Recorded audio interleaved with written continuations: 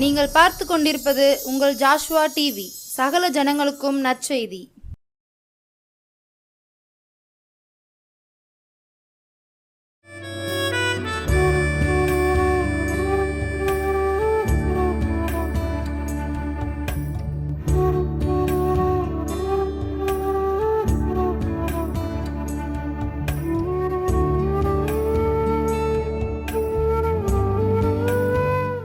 ஆண்டவராகிய இயேசு கிறிஸ்து நாமத்தினாலே உங்கள் யாவருக்கும் என் அன்பின் வாழ்த்துக்களையும் நன்றியும் தெரிவிக்கிறேன்.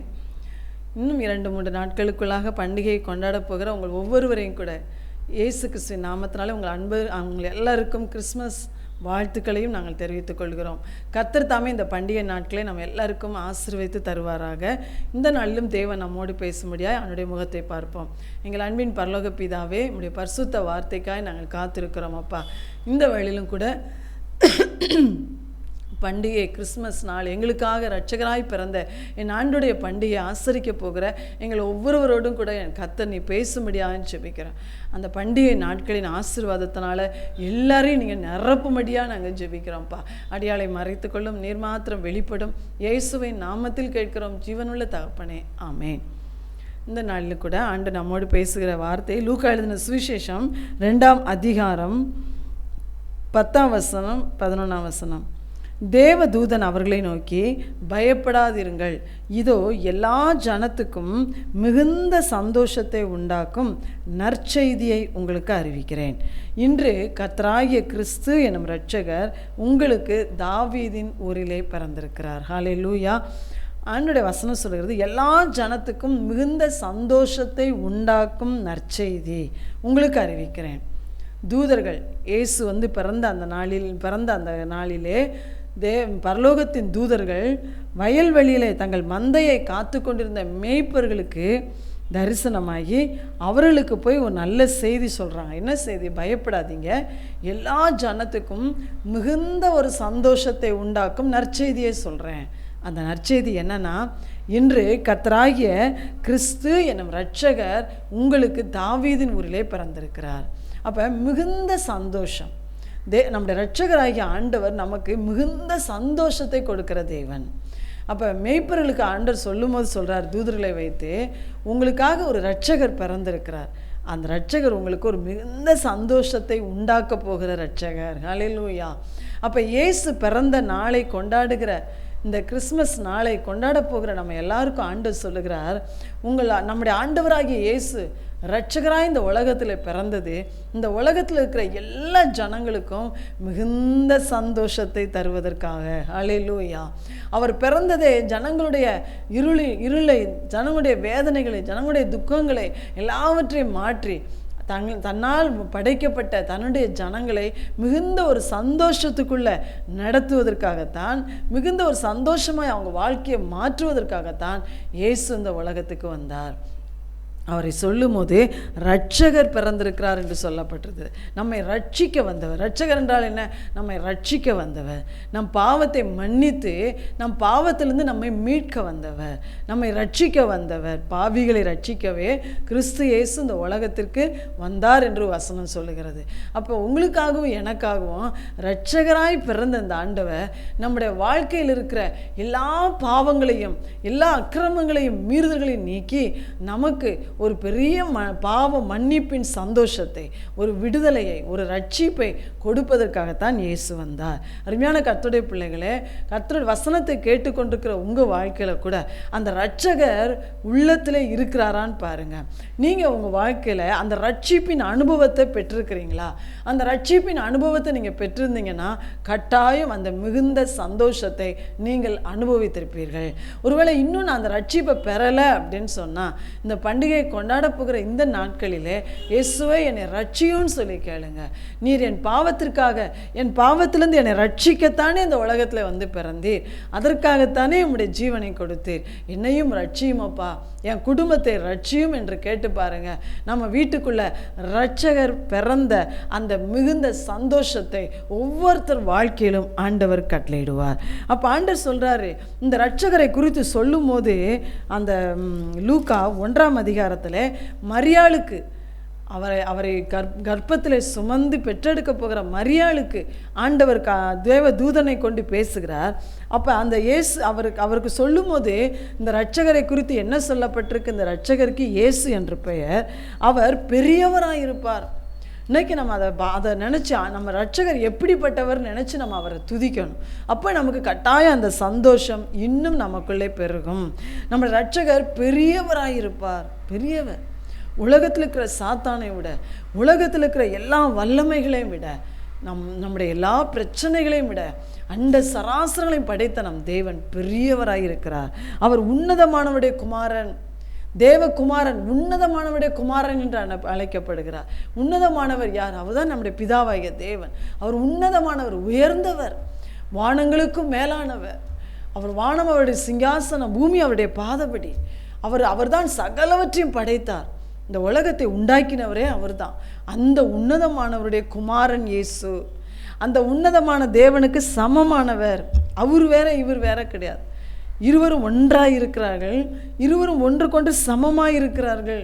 அப்போ ஆண்டவர் சொல்றார், அப்படிப்பட்ட உன்னதமான தேவன் இயேசு, உன்னதமான தேவன், நம்ம படைத்த தேவன், நம்மை ஆராதிக்கிற தேவன் உன்னதமானவர். அடுத்து அதில் சொல்லியிருக்கு 13, யாக்கோபின் குடும்பத்தை என்றென்றைக்கும் அரசாளுவார். நம்முடைய குடும்பங்களை அவர் அரசாளுகிற தேவனாயிருக்கிறார். ஹல்லேலூயா. நம்ம குடும்பத்துக்கு அவர்தான் தலைவர். நம்முடைய குடும்பத்தை சாத்தான் ஆட்சி செய்ய முடியாது. அவர் பிள்ளைகளுடைய வாழ்க்கையில் பிசாசு அவருடைய குடும்பத்தை ஆளுகை செய்ய முடியாது. நம்முடைய குடும்பத்தை இயேசு தலைவராக இருந்து என்றென்றைக்கும் அரசாளுவார். ஹல்லேலூயா. இயேசு நம்ம வீட்டுக்கு தலைவராக இருந்து நம்ம அரசாண்டா நம்ம வீட்டுக்குள்ளே எவ்வளோ ஒரு சந்தோஷம் இருக்கும். அடுத்து அவருடைய ராஜ்யத்துக்கு முடிவே இருக்காது. இந்த உலகத்தில் இருக்கிற ராஜ்யங்களெல்லாம் முடிந்து போயிடும். ஆனால் ஆண்டோடைய பரலோக ராஜ்யத்துக்கு முடிவே கிடையாது. அப்போ அந்த இரட்சகர் முடிவே இல்லாத அந்த ராஜ்யத்துக்குள்ளே உங்களையும் என்னையும் அழைத்து கொண்டு போவார். ஹல்லேலூயா. அப்போ ஆண்டவர் சொல்றார், இதெல்லாம் நினச்சி இந்த நாட்களில் அவரை துதிங்க. எங்கள் இரட்சகர், எங்களுக்காக இந்த உலகத்துக்கு வந்த இரட்சகர், நீ பெரியவர் அப்பா, உம்மை துதிக்கிறோம். நீ உன்னதமான தேவன், உம்மை நாங்கள் துதிக்கிறோம் ஐயா. என்னையும் என் குடும்பத்தையும் நீ அரசாளுகிற தேவன், நீர் ஆட்சி செய்கிற தேவன், என்றைக்கும் நீர் ஆளுகிற தேவன். அதற்காக உம்மை ஸ்தோத்திரிக்கிறேன். அந்த முடிவில்லாத ராஜ்யத்துக்குள்ள எங்களை நீ கொண்டு போகிற ஆண்டவர் என்று சொல்லி நீங்கள் ஆண்டவரை துதிச்சு பாருங்க. இன்னும் அவரை குறித்து ஏசாயா 9 சொல்லப்பட்டிருக்கு, அவர் நாமம் அதிசயமானவர். அவர் அதிசயங்களை செய்கிறவராயிருக்கிறார். அதிசயங்களை செய்கிற தேவன் நம்ம கூட இருக்கிறார், நமக்குள்ளே இருக்கிறார். ஆலோசனை கர்த்தா, அவருடைய நாம அடுத்து என்ன சொல்லியிருக்கு? ஆலோசனை கர்த்தா. அவரை போல உங்களுக்கு ஆலோசனை கொடுத்து நடத்த யாராலும் முடியாது. நான் உனக்கு போதித்து நீ நடக்க வேண்டிய வழியை உனக்கு காட்டுவேன், உன்மேல் என் கண்ணை வைத்து உனக்கு ஆலோசனை சொல்லுவேன். எல்லா சூழலையும் நமக்கு ஆலோசனை கொடுக்குற ஆலோசனை கர்த்தா, வல்லமையுள்ள தேவன். அவரால் செய்ய முடியாத ஒரு காரியம் இந்த உலகத்தில் ஒன்றுமே கிடையாது. ஆண்டவர் சொன்னார், இதோ நான் மாம்சமான யாவருக்கும் தேவனாகிய கர்த்தர், என்னால் செய்யக்கூடாத அதிசயமான காரியம் ஒன்று உண்டோ அப்படின்னு சொன்னார். அப்போ வல்லமை நிறைந்த தேவன் அவர், வல்லமை நிறைந்த தேவன், நித்திய பிதா. நித்திய பிதானா என்றென்றைக்கும் அவர்தான் உங்களுக்கும் எனக்கும் தகப்பன். இந்த உலகத்தின் தாய் தகப்பன் எல்லாருமே ஒரு நாள் நம்மளை விட்டு கடந்து போயிடுவாங்க. ஆனால் என்றென்றைக்கும் நமக்கு தகப்பனாக இருக்கிறவர் நம்முடைய ஆண்டவராகிய இயேசு கிறிஸ்து. ஹல்லேலூயா. அடுத்து சமாதான பிரபு. நமக்கு சமாதானத்தை உண்டு பண்ணுவதற்காகவே அவர் சிலுவையிலே தண்டனையை சுமந்தார். சமாதானத்தை உண்டு பண்ணும் ஆக்கினை அவர் மேல் வந்தது. நம்ம உள்ளத்தில் உலகம் கொடுக்க முடியாத, எடுக்க முடியாத ஒரு சமாதானத்தை கொடுக்கிறவர் தான் சமாதான பிரபு. எவ்வளோ பாடுகள் துக்கங்கள் வந்தாலும் அவர் கொடுக்கிற சமாதானத்தை யாராலும் பறிக்கவே முடியாது. அது ஒரு நிரந்தர சமாதானம். அப்போ இயேசு ஒரு சமாதான பிரபு. அப்போ இந்த அவர் பிறந்த நாளிலே அவரை குறித்து சொல்லப்பட்ட இந்த நாமங்களையும் நீங்கள் சொல்லி ஆண்டவரை துதிச்சு பாருங்க. அதிசயமானவரே, எனக்கு என் குடும்பத்துக்கும் அதிசயங்களை செய்கிறவரே, என்னை ஆலோசனை கொடுத்து நடத்துகிற ஆலோசனை கர்த்தரே, உம்மை துதிக்கிறேன் ஐயா. வல்லமை நிறைந்த தேவனே, என் வீட்டுக்குள்ளே இவ்வளோ காரியத்தை செய்ய வல்லமை நிறைந்த தேவனே, உம்மை துதிக்கிறேன். நித்திய பிதாவே, என்றென்றைக்கும் எனக்கு தகப்பனாக இருக்கிறவரே, உம்மை துதிக்கிறேன்ப்பா. என் வாழ்க்கையில் சமாதானத்தை கொடுக்குற சமாதான பிரபுவே, உம்மை துதிக்கிறேன்னு சொல்லி பாருங்க. ஆண்டவர் சொல்லுகிறார், நீங்கள் இப்படி உங்களுக்கு இரட்சகராய் பிறந்த இந்த ஆண்டவரை நினைத்து நீங்கள் துதிச்சு பாருங்க. உங்கள் வாழ்க்கையின் சூழ்நிலைகள் எல்லாவற்றிலும் அவருடைய நாமத்திலே அவரை குறித்து சொல்லப்பட்ட அந்த வல்லமை வெளிப்படுவதை நீங்கள் காண்பீர்கள். ஹல்லேலூயா. அவர் உங்கள் வாழ்க்கையில் பெரியவராக இருக்கிறத பார்ப்பீங்க. உன்னதமானவராய் அவர் உங்களோடு இருக்கிறத நீங்கள் பார்ப்பீங்க. உங்கள் குடும்பத்தை அரசாளுகிறத நீங்கள் பார்ப்பீங்க. அவர் அரசாண்டா தீமை நம்ம என்ன செய்ய முடியாது, சத்ரு நம்மை தொட முடியாது. நம்மை அவருடைய ராஜ்யத்துக்கு நேராக அழைத்து கொண்டு போகிறதா நீங்கள் உணர்வீங்க. அதிசய செயல்களை நீங்கள் பார்ப்பீங்க. ஆலோசனையை உங்களுக்கு கொடுத்து அவர் நடத்துகிறத நம்ம பார்க்க முடியும். அவருடைய வல்லமை நம்முடைய வாழ்க்கையில் வெளிப்படுறத நம்ம பார்க்கலாம். அவர் நமக்கு தகப்பனாக இருந்து நம்மை சுமக்கிறத நம்ம பார்க்கலாம். சமாதானத்தை கொடுத்து அவர் நடத்துகிறதை நம்ம பார்க்கலாம். ஹல்லேலூயா. அப்போ ஆண்டவரை இந்த பண்டிகையை கொண்டாடுகிற இந்த நாளிலே ஆண்டவரை இன்னைக்கு ஆண்டவர் நம்மளோட பேசினபடியாய் அவருடைய நாமங்களை, அவருடைய வல்லமையான கிரியைகளை சொல்லி சொல்லி நீங்கள் துதிங்க. தேவன் உங்கள் வாழ்க்கையில் மகிமைப்படுவதை நீங்கள் பார்ப்பீங்க. அடுத்து இந்த இரட்சகர் எதுக்காக, எப்படி தெரியுமா மிகுந்த சந்தோஷத்தை நம்ம கொடுக்குறாரு? நம்முடைய துக்கங்களை எல்லாவற்றையும் மாற்றி சந்தோஷத்தை கொடுக்கிறவராக இருக்கிறார். ஹல்லேலூயா. முதலாவது ஆண்டவர் சொன்னார், இந்த மிகுந்த சந்தோஷம் நீங்கள் ரட்சிக்கப்படும் போது உங்களுக்குள்ளே வருது. அந்த இரட்சகரை நீங்கள் இந்த நாளில் இப்படிலாம் துதிக்கும் போதே அந்த சந்தோஷத்தை உங்கள் வாழ்க்கையில் நீங்கள் அனுபவிப்பீங்க அப்படின்னு ஆண்டவர் சொல்கிறார். அடுத்த ஆண்டவர் சொல்கிறார், உங்கள் துக்கங்களை சந்தோஷமாய் மாற்றுகிறவர். இயேசுசாமி இரட்சகராய் பிறந்தார். பிறந்த குழந்தையாகவே அவர் இருக்கலை. எப்படி குழந்தைங்க பிறந்த குழந்தை அப்படியே இருந்தா அது எப்படி சப்பானி குழந்தை இல்லையா? ஆண்டவர் பிறந்தார், நாளுக்கு நாள் வளர்ந்து விருத்தி அடைந்தார். அவர் இப்போ வாலிபனாய் வந்தார். 30 வயது வாலிபனாய் வந்து அடுத்து அவர் பிதாவாகிய தேவன் தன்னை எதற்காய் அனுப்பினாரோ அந்த ஊழியங்களை அவர் நிறைவேற்ற தொடங்கிவிட்டார். வல்லமை நிறைந்தவராய் இருந்தார். அவர் வாயிலிருந்து கிருபையுள்ள வார்த்தைகள் பெறப்பட்டது. அவருடைய கரங்களிலிருந்து அற்புதத்தின் வல்லமை பெறப்பட்டது. அது வரைக்கும் அந்த இஸ்ரவேல் தேசத்தில் ஜனங்கள் மரண இருளுக்குள்ளே இருந்த மாதிரி இருந்தாங்க. அவங்க வாழ்க்கையில் விடுதலை இல்லை, அவங்க வாழ்க்கையில் நிம்மதி இல்லை. வியாதினால் ஜனங்கள் ஒடுக்கப்பட்டாங்க, பிசாசினால் ஜனங்கள் ஒடுக்கப்பட்டாங்க. பலருக்கும் பல வியாதிகள், பலவிதமான நோய்கள், பிசாசின் கட்டுகள், இப்படி ஜனங்கள் அதில் நிறைஞ்சு இருந்தாங்க. ஆனால் அவங்க எல்லாரும் இயேசுவண்டை ஓடி வந்தார்கள். இயேசுவிடத்திலிருந்து அவருடைய வல்லமை, அற்புத வல்லமை வெளிப்பட்டது. வியாதிகள் சுகமாச்சு. அவர்கிட்ட வந்து அத்தனை பேரும் சுகமானாங்க. பிணியாளிகள் எல்லாரும் சுத்தமாக்கப்பட்டாங்க. குருடர்கள் பார்வையடைந்தார்கள், முடவர்கள் நடந்தார்கள், திமிர்வாதக்காரங்க சுகமானாங்க, குஷ்டரோகிகளாய் ஊருக்குள்ளேருந்து ஒதுக்கப்பட்டு இருந்தவங்க சுத்தமானாங்க. மரித்தவர்களை உயிரோடு எழுப்பி அவங்களுடைய கண்ணீரை தேவன் துடைத்தார். அவர்கிட்ட என்னென்ன பிரச்சனையோடு ஜனங்கள் வந்தார்களோ எல்லாருடைய கண்ணீரும் துடைக்கப்பட்டது. ஹல்லேலூயா. எல்லாருடைய துக்கமும் மாறினது. அப்போ வியாதி சுகமாகும் போது குருடன் பிறவிலிருந்தே குருடனாக இருக்காங்க. திடீர் ஆண்டவர் வந்து ஒரு தொடுதல், அவர் ஒரு வார்த்தை சொன்ன உடன் தானே அந்த பிறவி குருடனே கண்கள் திறக்கப்பட்டுறான். அப்போ அவனுடைய துக்கம் எவ்வளோ சந்தோஷம் இருக்கும் பாருங்கள். அவன் உள்ளத்தில் எப்படி ஒரு மிகுந்த சந்தோஷம் உண்டாயிருக்கும். அதனால தான் அன்னைக்கு அந்த மேய்ப்பர்களை பார்த்து சொல்லும் போது மிகுந்த சந்தோஷத்தை உண்டாக்குகிற நற்செய்தி என்று சொன்னார்.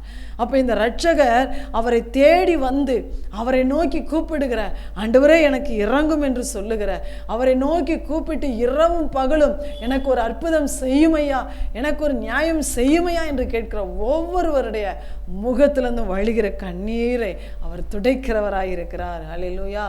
முகத்திலேருந்து வழிகிற கண்ணீரை தொடச்சி அவங்க துக்கங்களை சந்தோஷமாய் மாற்றுகிறார். அது எப்பேற்பட்ட துக்கமாக இருந்தாலும், மரணத்துக்கு எதுவான துக்கம், பாவத்துக்குரிய துக்கம், இழப்பினால் வந்த துக்கம், வியாதியினால் வந்த துக்கம், கடன் பிரச்சனைகளினால் வந்த துக்கம், வீட்டுக்குள்ளே இருக்கிற தரித்திரத்தினால் உள்ள துக்கம், எப்படிப்பட்ட துக்கமாக இருந்தாலும் இயேசு துக்கங்களை சந்தோஷமாய் மாற்றுகிறவராக இருக்கிறார். அப்போ இன்றைக்கி நீங்கள் ஆண்டவர்கிட்ட கேளுங்க, என் வாழ்க்கையில் மிகுந்த சந்தோஷத்தை உண்டாக்கதானப்பா நீங்கள் இரட்சகராய் இந்த உலகத்துக்கு வந்தீங்க.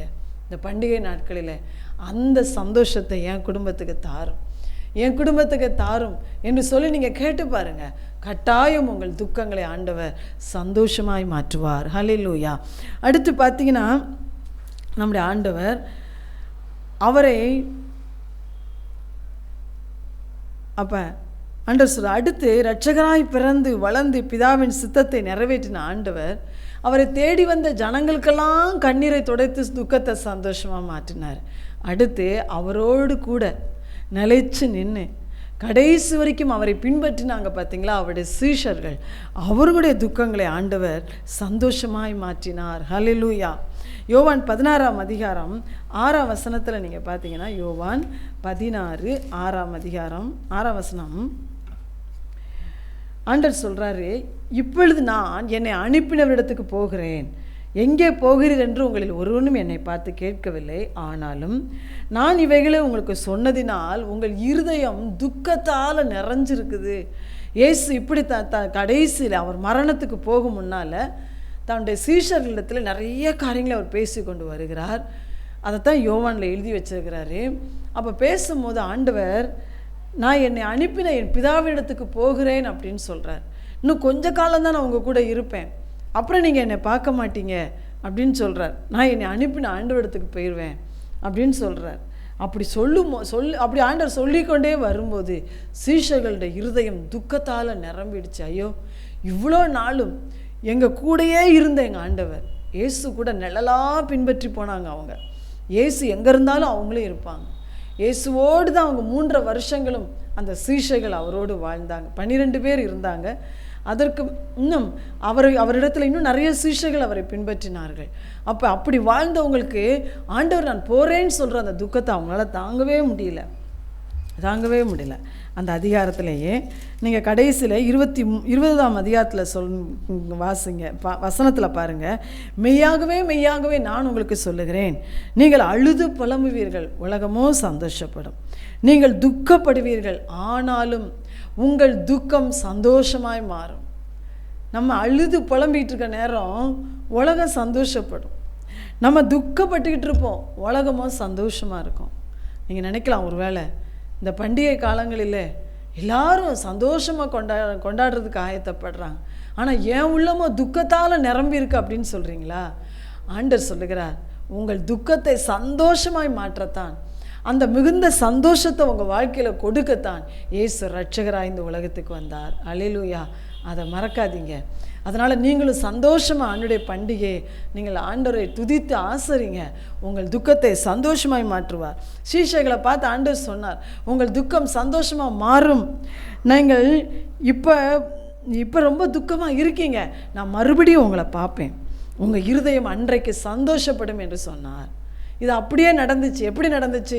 சீஷைகள் துக்கப்பட்டது போலவே ஆண்டவர் அடுத்து பாவிகளுடைய கைகளில் ஒப்பு கொடுக்கப்பட்டு அடித்து கொலை செய்யப்பட்டு சிலுவையில் அறையுண்டு கொலை செய்யப்பட்டார், மரித்து விட்டார்.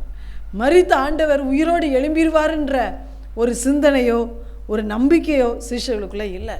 அவங்க துக்கம் கொடிய துக்கமாக இருந்தது. அவங்க அறைக்குள்ளே எவ்வளோ அழுது புலம்பியிருப்பாங்க இல்லையா? ஆண்டவரே, நீர் என்றைக்கு எங்கள் கூட இருப்பீர், எங்களை ஆசீர்வதிப்பீர், நடத்துவீர், நாங்கள் நம்பி எங்கள் குடும்பத்தெல்லாம் விட்டுட்டு வந்தோமே, இன்றைக்கி எங்களை விட்டு போய்விட்டீரேன்னு சொல்லி அவங்க எவ்வளோ அழுது புலம்பியிருப்பாங்க. ஆனால் இயேசு மரித்தார், உயிரோடு எழும்பினார். அவர் யாருக்கு காட்சி கொடுத்தார் தெரியுமா? தன்னை பின்பற்றின சீஷர்களுக்குத்தான் காட்சி கொடுத்தார். ஹல்லேலூயா! அவரை தேடி அற்புதங்களை பெற்றுக்கொண்ட மக்களே அல்ல, இயேசுவை நலலாய் பின்பற்றி வந்தாங்க பார்த்தீங்களா, அந்த பெண்களுக்கும் சீஷர்களுக்கும் தான் இயேசு தன்னை வெளிப்படுத்தினார்.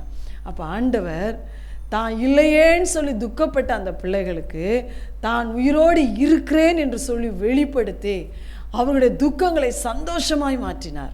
நீங்கள் அடுத்து வசனங்களை வாசித்து பார்த்தீங்கன்னா, லூக்கா 2ஆம் அதிகாரத்தில் இயேசு தன்னை 40 நாட்கள் பல சூழ்நிலைகளில் அவர்களுக்கு வெளிப்படுத்தினார்.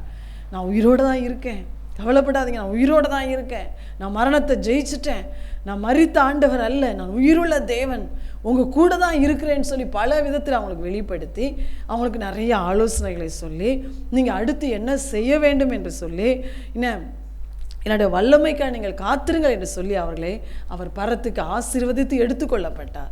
அவர் எடுத்துக்கொள்ளப்பட்ட உடனே அந்த சீஷைகள் மிகுந்த சந்தோஷத்தோடு அந்த இடத்த விட்டு புறப்பட்டு போனாங்க. ஏசப்பா இப்போ அவங்க கண்ணுக்கு முன்னால் எடுத்துக்கொள்ளப்பட்டார். ஆனால் வசனம் சொல்லுகிறது, லூக்கா 2ஆம் அதிகாரம் 24ஆம் அதிகாரம் 50ஆம் வசனம் 51ஆம் வசனத்தில், அவர்கள் ஆண்டவரை பணிந்து கொண்டு மிகுந்த சந்தோஷத்தோடு எருசலேமுக்கு திரும்பி போய் தேவாலயத்தில் தினந்தோறும் அவரை புகழ்ந்தார்கள்.